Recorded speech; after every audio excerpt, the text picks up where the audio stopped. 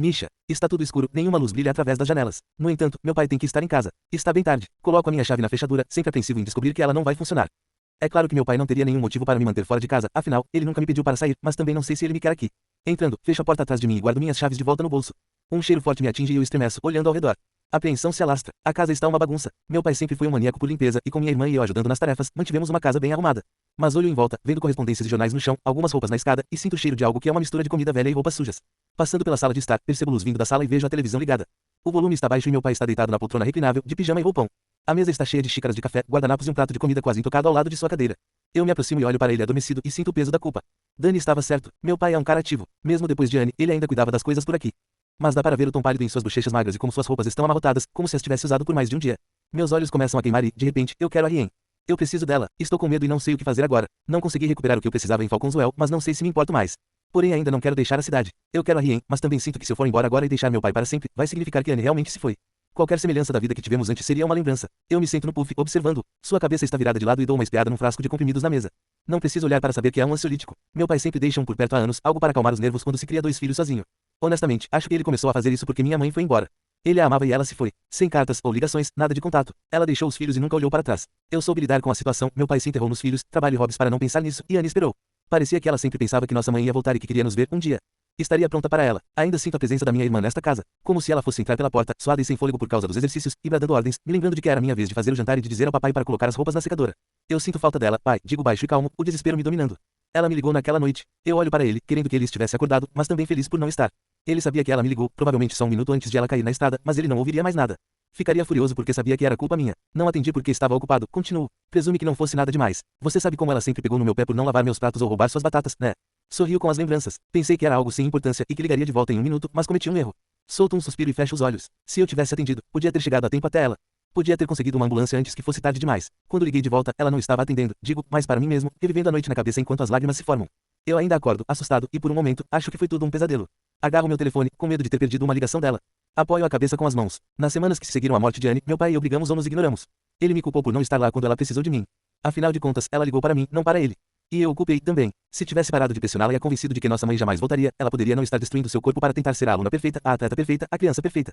E, então, seu pobre corpo não teria parado de funcionar naquela estrada escura e deserta.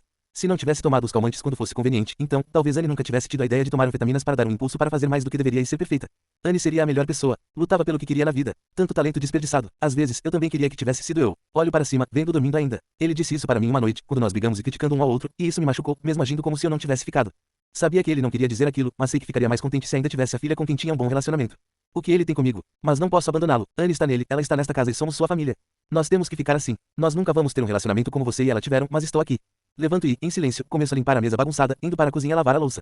Oi, chama Dani. Eu olho para cima, vendo passar por um dos portões do couve e vir na minha direção. Tenho mandado mensagens para você, diz ele. Sim, eu vi. Bato a porta do caminhonete e tiro algumas caixas da caçamba. Depois de limpar a cozinha em casa, abri algumas janelas para arejar a casa enquanto lavava uma máquina de roupa suja, verifiquei a correspondência, tirei o lixo e limpei meu quarto. O que é impressionante, porque nunca faço isso. Cobri meu pai com um cobertor e espero que quando levar as compras para casa amanhã, ele fique bem com a minha volta.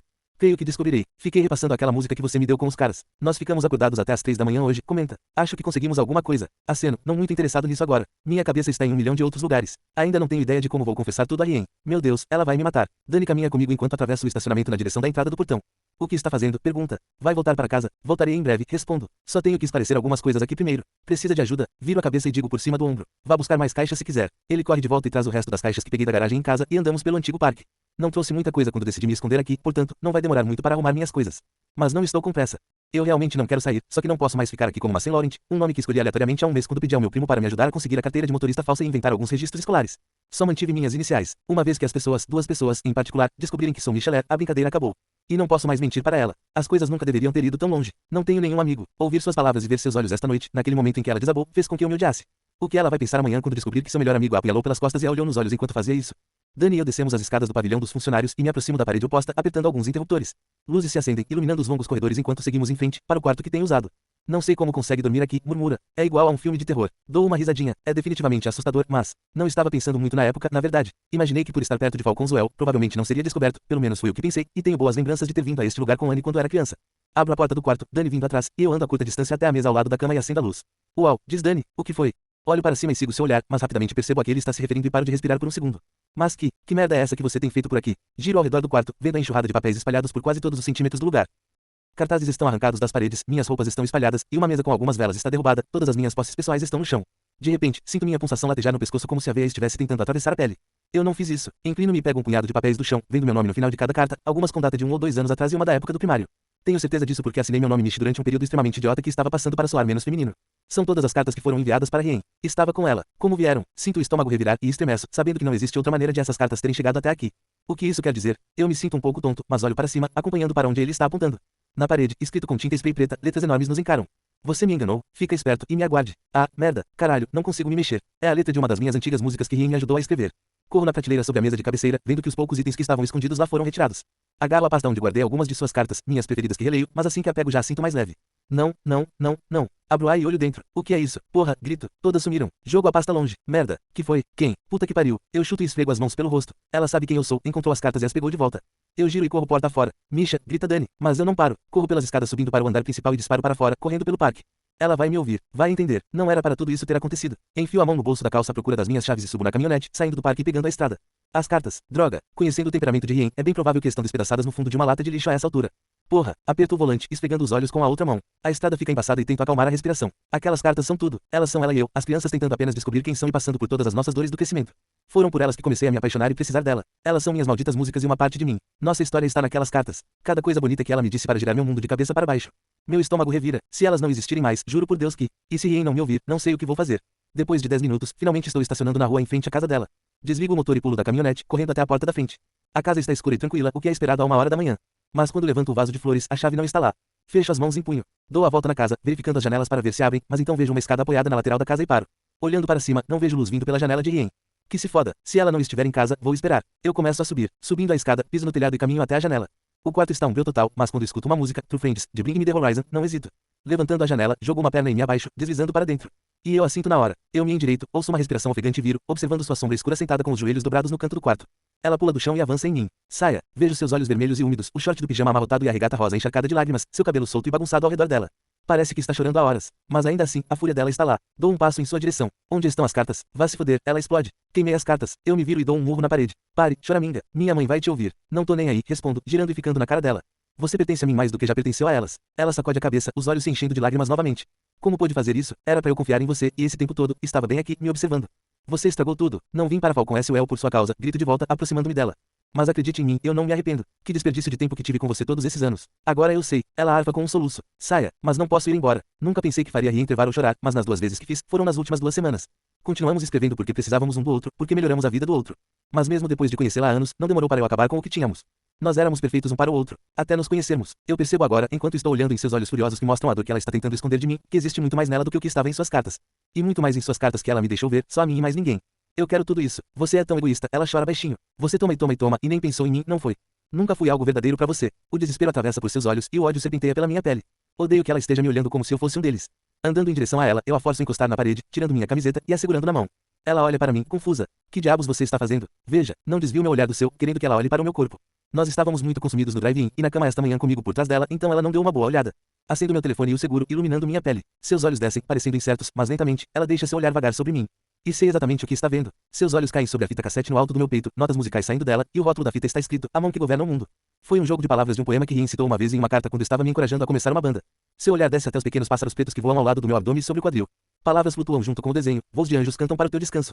É de Hamlet, a peça preferida de Rien de Shakespeare. Eu fiz a tatuagem depois que a Anne morreu. Ela pega meu telefone e me circula lentamente, iluminando meu peito e costas, as pérolas de sabedoria, no meu braço, outra carta sobre nossos pais, o coração se despedaçando no ombro, costurado no meio e reconectando as palavras, você é minha tribo, inspirada por suas palavras, que até serviram de inspiração para uma música que escrevi. E depois as inúmeras outras pequenas citações e desenhos, as cenas de coisas sobre as quais falamos, sonhamos e rimamos. Não estava totalmente coberto, e tinha os braços todos tatuados, mas era muito para absorver. E quase tudo isso era por causa dela. Ela volta a ficar na minha frente, sua respiração trêmula e os olhos brilhando com lágrimas. Você era a única coisa verdadeira para mim, digo a ela. Ela olha para mim como se não tivesse ideia de como processar tudo isso. Quero dizer, claro né, o que eu esperava, e mesmo que tivesse sido amanhã, quando eu pretendia contar tudo, como estava planejando fazer isso. Tinha como ela descobrir de alguma forma e que fosse entender. Misha, sussurra, e de repente, está me percorrendo com os olhos de cima a baixo, olhando para mim como se finalmente estivesse me enxergando. Pego o telefone dela e coloco no bolso. Eu me aproximo, levanto as mãos para segurar seu rosto, mas ela recua. Eu as desço imediatamente. Você tem que me ouvir. Rien, alguém chama, batendo na porta. É uma mulher, provavelmente a mãe dela. Livre-se dela, sussurro. Rien pisca para mim, enxugando os olhos. Sim, gagueja, respondendo. Estou deitada. Tudo bem, responde sua mãe. Pensei ter ouvido a TV ou algo assim. Está tarde. Precisa ir dormir. Tá, boa noite. Eu visto minha camiseta e abaixo a voz, ouvindo a porta do quarto de sua mãe fechar. Nunca pretende deixar que isso fosse tão longe, explico. Tinha coisas para resolver aqui e eu queria. Eu paro, procurando pelas palavras certas, porque estou com medo. Parte de mim não conseguiu resistir a ficar tão perto de você. Acho que parte de mim precisava de você. Nunca pensei que conversaríamos novamente depois da festa da caça ao tesouro. Não queria estragar o que tínhamos, mas depois vim para cair. Ela passa as mãos no rosto, começando a chorar de novo, e posso sentir que estou perdendo. Mas então você roubou minhas coisas, continuo, e vejo você assediando Cortês. E depois você tenta mexer comigo no refeitório, e uma coisa leva a outra, e nós estávamos constantemente criticando um ao outro. Era como, mesmo que nunca tivéssemos sido amigos por correspondência, nós ainda teríamos nos encontrado, sabe? Por que não me contou? Ela chora. A qualquer momento você poderia ter dito, oi, eu sou Misha. Ela balança a cabeça, olhando para mim. Eu te beijei, fui para a cama com você. O tempo todo sabia quem eu era, e eu não tinha ideia. Você me humilhou. Esteve bem aqui na minha frente o tempo todo. Tem alguma ideia do quão repugnante é isso? Não tinha por que te dizer, sussurro rispidamente. Eu nem sabia se gostava mais de você naquele primeiro dia. E definitivamente não tinha razão para confiar em você. Você era uma garota mimada e arrogante, e você sabe disso. Por que você mentiu para mim? Fecho a cara. Porque eu pensei, por 7 anos, que você era forte e legal pra caralho. Alguém que tem coragem de se defender e mostrar seu valor. Seus ombros tremem, e pequenos suspiros escapam conforme ela se esforça para respirar. Rapidamente olho ao redor, irritado e culpado ao mesmo tempo. Vendo a bombinha em sua mesa, eu a pego e entrego a ela, mas ela bate na minha mão. Eu menti sobre as pessoas da minha vida e as partes que eu finjo para os outros, ela explica. Todas as outras coisas eram verdade. Os filmes e a música, minhas ideias e sonhos, tudo era verdade. O resto não era importante. Eu confiei em você, também, eu a lembro. Acreditei em você. Sou tudo o que eu disse que era. Você pode dizer o que quiser, retruco. Não significa que é verdade. Sua cabeça cai e ela inala pelo nariz de forma instável, claramente tentando se acalmar e controlar o corpo. A bombinha está no chão. Só queria que ela pegasse a porra do negócio. Ela está me deixando nervoso. Quando escrevi as cartas pra você, era o meu eu verdadeiro, diz baixinho. Eu era tudo o que queria ser. E consigo entender isso. Com certeza há algumas coisas mais insignificantes que não contei a ela, porque queria ser livre com ela, como não podia ser em casa. Mas ela tem que saber disso, embora o que fiz tenha sido uma loucura e as coisas tenham saído do controle, também me machucou ser enganado. Descobrir que a pessoa com quem você se importa e tem em um pedestal é superficial e cruel para o resto do mundo. E quando você me escrevia, pergunto a ela, dizendo para eu enfrentar meu pai, acreditar em mim mesmo, permanecer fiel sem arrependimentos. Por que me falar essas coisas quando você mesmo não a segue? Ela olha para longe, mas não recuo. Eu a encaro, mantendo-a como refém. Por que pegar para mim todas as coisas que não teve coragem de fazer você mesma? Pressiono, abaixando a cabeça até encontrar seus olhos. Por que? Sussurra, evitando meus olhos. Por que você quer coisas boas para as pessoas que você... Ela respira rápido, quase sussurrando, ama. Minha respiração fica ofegante. Deus, o que ela está fazendo comigo? Eu daria qualquer coisa, para segurá-la em meus braços agora. Eu me aproximo, segurando seu rosto, a boca a menos de 1 centímetro da sua. Riem, por favor. As lágrimas e os soluços voltam, e eu tento consolá-la, mas ela me afasta. Meu Deus, saia. Ela chora, levantando as mãos para me afastar. Não consigo olhar para você agora. Não consigo pensar nisso agora. Acho que vou passar mal. Riem, por favor, imploro, sentindo a dor no meu peito se espalhar. Eu te amo. Meu Deus, ela me corta. Saia. Eu estremeço, meus olhos ardendo de lágrimas. Sinto que meu coração está se despedaçando. Eu a vejo colocar a cabeça nas mãos, parada ali, completamente despedaçada. Não há como voltar atrás e mudar isso. Embora ela possa ter sido cruel para os outros, ela sempre foi uma boa amiga para mim e eu não posso dizer o mesmo. Ela me irritou e me deixou puto, mas eu acabei com tudo. Eu sou responsável. Eu me abaixo e pego a bombinha, colocando-a na mesa, caso ela precise. E depois volto pela janela e para o couve. Não vou para casa. Eu não vou a lugar nenhum até que ela seja minha.